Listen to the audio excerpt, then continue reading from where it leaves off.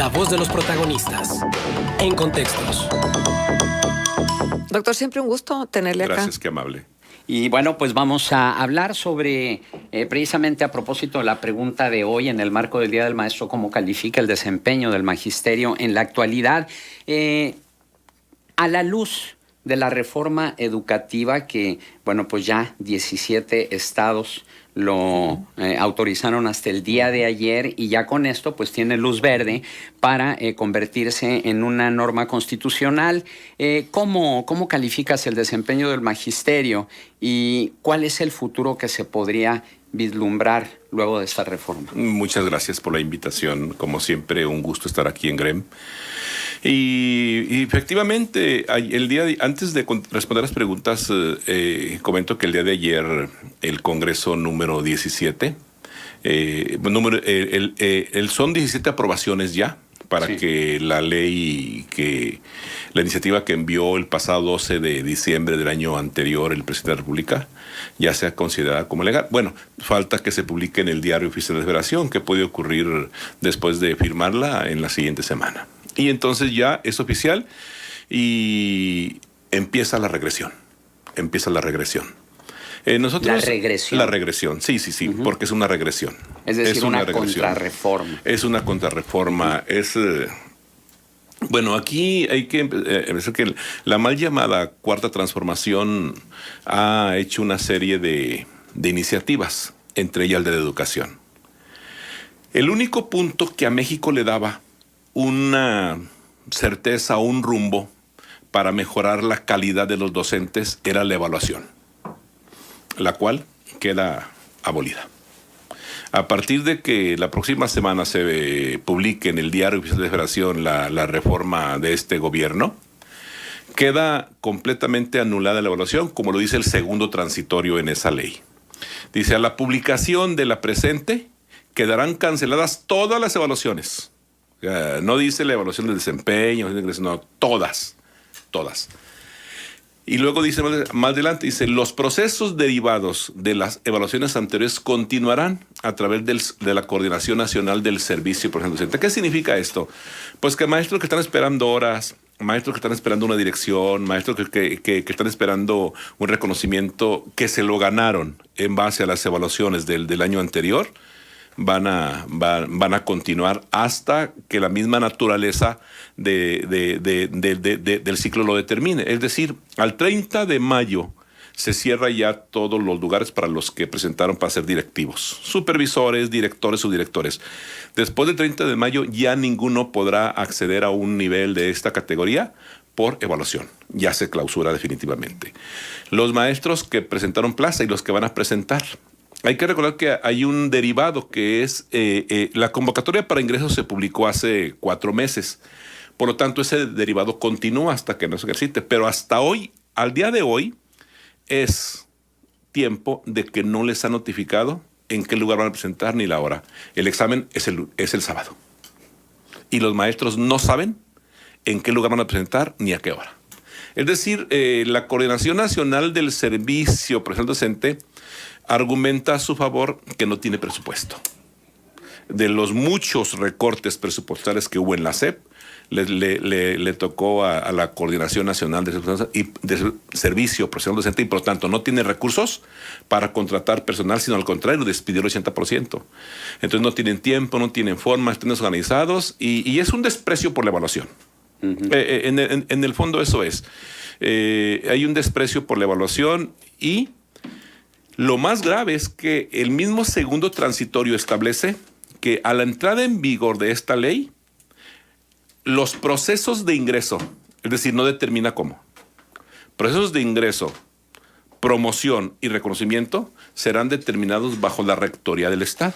Pues sí, puede decir el Estado, como se suspenden todas las evaluaciones, van a decir, a ver, ¿quiénes son los primeros lugares? ¿Quiénes tienen más notas laudatorias? Y las escuelas normales pues las van a decir. Es decir, ya no es como en este momento aún lo es, que el que quiera plaza tiene que someterse a un concurso de oposición en las que haya una selección natural. Y los mejores van a ocupar esas plazas. No. Ahora ya por el simple hecho de ser normalistas accederán a una plaza. Entonces, ¿pero cuál va a ser el criterio? El criterio no está definido. La ley está muy abierta. Recordemos que en el Congreso se dijo una frase, ¿no? Que hay un 10º transitorio que invoca al artículo 123, fracción octava, apartado B, fracción octava, la que determina el escalafón. Entonces, el escalafón regresa y ya no va a ser por evaluación, va a ser años de antigüedad, preparación profesional y comisión bipartita, sindicato y CEP. O sea, como antes, compadrazgo, amiguismo, claro. van los mejores puestos. ¿Van a ser premios del sindicato? Así mismo, en coordinación con la Secretaría de Educación Pública. Y eso, lógicamente, va a impedir a muchos docentes que se estaban preparando muy fuerte para acceder a una categoría mayor. Y esta fue la causa que la fracción del PAN votara en contra de la reforma. Totalmente, así fue. Así lo dijeron clara y en forma muy llana, que es un artículo mentiroso, engañoso y va a traer nefastas consecuencias para el país. En ese sentido, entonces, ¿qué es lo que podemos esperar? Digo, aparte del hecho de la desaparición del Instituto Nacional para la Evaluación de la Educación, un organismo autónomo que garantizaba una evaluación imparcial y objetiva, bueno, ahora ya no lo vamos a tener. No, en la letra lo menciona la nueva ley, pero hay cosas muy oscuras, muy vagas, que el espíritu de la ley fácilmente se puede torcer. Y hay que recordar que ¿en dónde va a manifestarse eso? En la ley secundaria. La nueva ley que van a publicar o discutirse dentro de 120 días en promedio, ahí va a decir todas las reglas del juego. Y aquí el problema es que ya no se requiere mayoría calificada, sino con mayoría simple. Y Morena lo tiene más que de hecho. Entonces, lo que diga Morena, eso va a ser. Y lo que se podrá discutir mucho, pero la verdad es que los procesos ya vienen de otra manera. Y bueno, pues fueron compromisos de campaña. Y se están cumpliendo. ¿Cuál fue el compromiso que realizó el gobierno federal con la Coordinadora Nacional de Trabajadores de la Educación para que no le pusiera tantas trabas y saliera adelante la reforma a la medida de la coordinadora? Cancelar la reforma educativa y los procesos de evaluación. Y lo va a cumplir. Y en eso incluye también el hecho de devolverles a ellos la rectoría de la educación, en el sentido de que yo me encargo de decir quiénes tienen la plaza y quiénes no. Así es, porque el 10º transitorio establece que ingreso y promoción se va a regir por el artículo constitucional 123, apartado B, que es la fracción octava, donde determina que el patrón dispondrá del 50% de plazas y el sindicato del 50% de plazas. Eso establece la ley reglamentaria del artículo 123. Pues como estaba antes. Entonces, total, efectivamente. Por eso digo yo que hay una regresión a años que muchos ya no quisiéramos recordar, porque queramos o no, la ley del servicio profesional docente ingresó fácilmente a 200,000 nuevos docentes, pero evaluados y por mérito. Y hubo de maestros de grupo, se evaluaron casi 500,000. Y vemos las cifras, ¿verdad? Que hay aproximadamente de los 40 temas que se preguntan en el examen, 25 no los conocían. Entonces, eso dio un salto a conocimiento de derechos humanos, conocimiento del niño, conocimiento de métodos, conocimiento de estrategias didácticas, conocimiento de planes y programas, conocimientos de contenidos.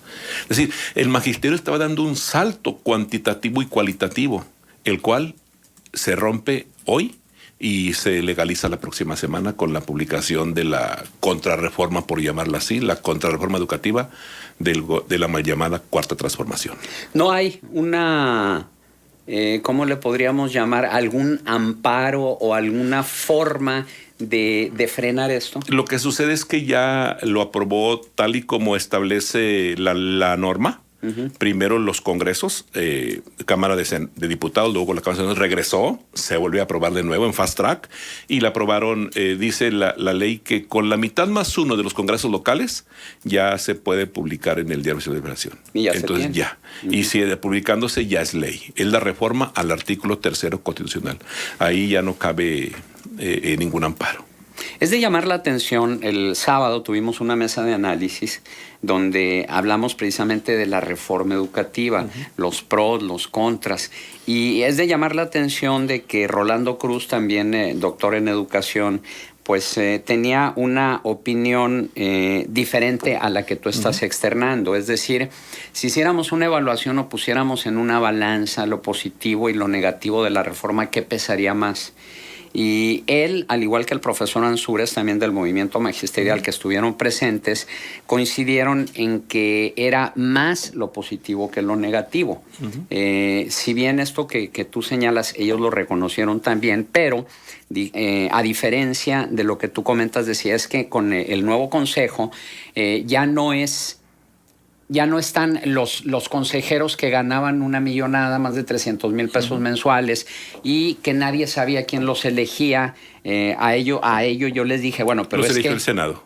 Sí, pero en el sentido de que quienes estaban al frente del instituto no se les puede cuestionar su calidad y su preparación. Es decir, Silvia Schmelkes, Gilberto Guevara Niebla, quienes lo integran, son gente muy preparada y que ha probado su capacidad, lo cual no negaron los invitados, pero sí dijeron que ahora con este nuevo consejo va a integrar no solamente no van a ser por dedazo estas personas, sino que va a integrar también elementos de la sociedad civil. Pero va a ser por dedazo, va a ser propuesta del gobierno federal. Exactamente. Y sí, va a meter padres de familia, pero el padre de familia puede ser múltiple y variado su profesión.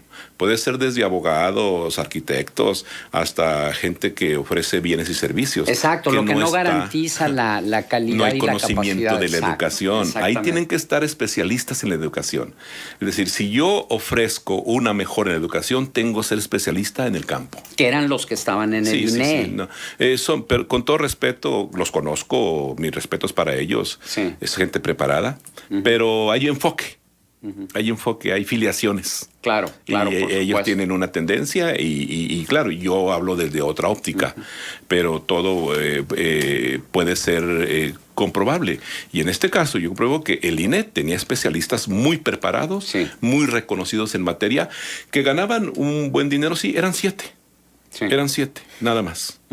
Aparte pareciera insuficiente un número, ¿no? Porque tendría que haber una discusión y un diálogo muchísimo más plural en una institución como esa. Digo, por algo cerraron, ¿no? Esa puerta que se había abierto. Lo están cerrando el INE porque les estorba. Sí, por supuesto. Sí, pero además también porque habría que revisar los resultados del INE, ¿no? Hay muchos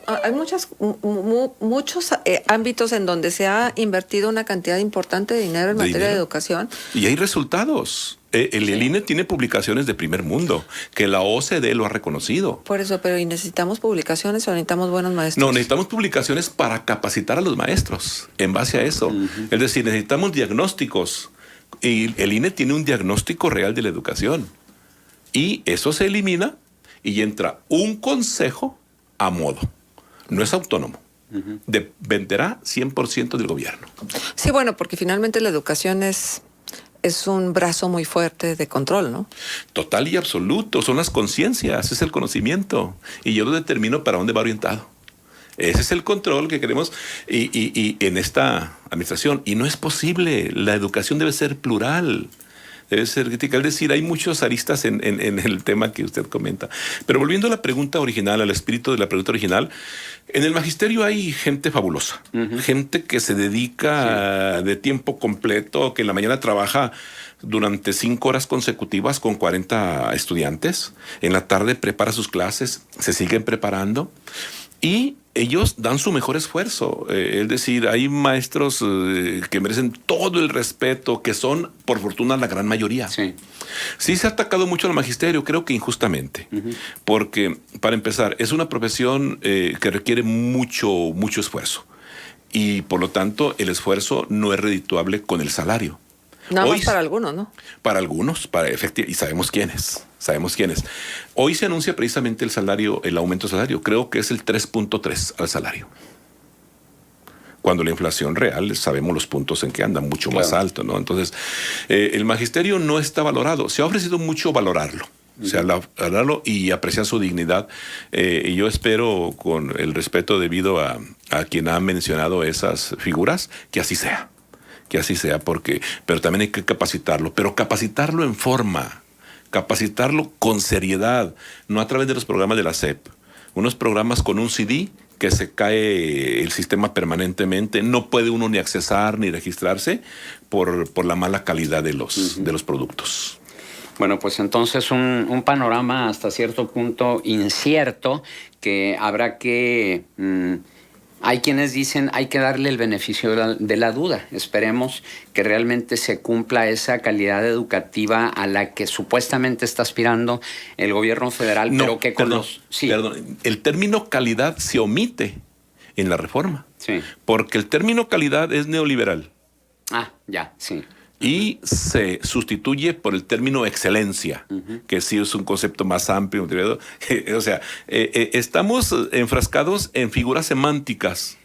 Pero que a final de cuentas son cuestiones de forma y no de fondo. Nada más, nada más. Pero la esencia real, que es la evaluación docente que aspiraba a darle un mayor rumbo educativo al país, se ha cancelado. Pero además el hecho de que si vamos a la cuestión semántica, bueno, calidad está en un nivel más bajo que excelencia. Porque si hablamos de calidad educativa, vamos a decir que estamos hablando de un 8 o 9 de calificación. Y si hablamos de excelencia, estamos hablando de un 10, de un sobresaliente. Sí. Y si no somos capaces de alcanzar la calidad, menos vamos a ser capaces de alcanzar la excelencia. Y más que en el documento no dice cómo. Claro. Bueno, pues mucho que comentar. Lo seguiremos haciendo en emisiones posteriores. Francisco López, doctor en educación, nuestro agradecimiento. Pero, Juan, por tu presencia. traía un dato bien interesante, el doctor, en función de lo que se cobra y la transparencia de la nómina magisterial. Entonces, traía ahí el dato de esta... Yalitza Aparicio. Sí, de esta superartista. En redes está circulando FONE. FONE es la nómina del Magisterio Federal. Sí. Y circula por ahí una fotografía donde viene el nombre de Yalitza Aparicio Martínez, que es la actriz que aparece en la película Roma, nominada al Oscar. Y está vigente su cobro. Sí. En la quincena que aparece esa fotografía es la actual. Sí. Y Yalitza aparece como maestra en servicio. Aquí no sé si aún esté trabajando o qué haya sucedido. No, bueno, de que no está trabajando es un hecho, porque pues ha andado en todos los festivales, representando... A menos que sea una homónima, artistas. Porque también es Oaxaca. Ya sería mucha coincidencia, ¿verdad? Algo está pasando por ahí. Sí, pero ¿hay la posibilidad de que alguien más cobre por ella? Sí, pues han ocurrido a veces procesos que el maestro solicita su desincorporación por un año al servicio en lo físico, pero en la nómina continua. ¿Esos son arreglos? Son situaciones quizá de otra naturaleza. Sí. Sí, pues precisamente lo que documentaba este estudio de México Evalúa. 100,000 profesores que están en la nómina, pero que no están en el aula. Eso está prohibido. Está prohibido. La ley que hoy se deroga lo prohíbe. Dice que únicamente el docente en servicio deberá cobrar como docente. Si alguien es docente y tiene acceso a otra línea de trabajo, etcétera, deberá solicitar licencia sin goce de sueldo. Exactamente. Eso dice Muy bien. Pues nuevamente gracias, Francisco. No, al contrario, un gusto estar aquí como siempre.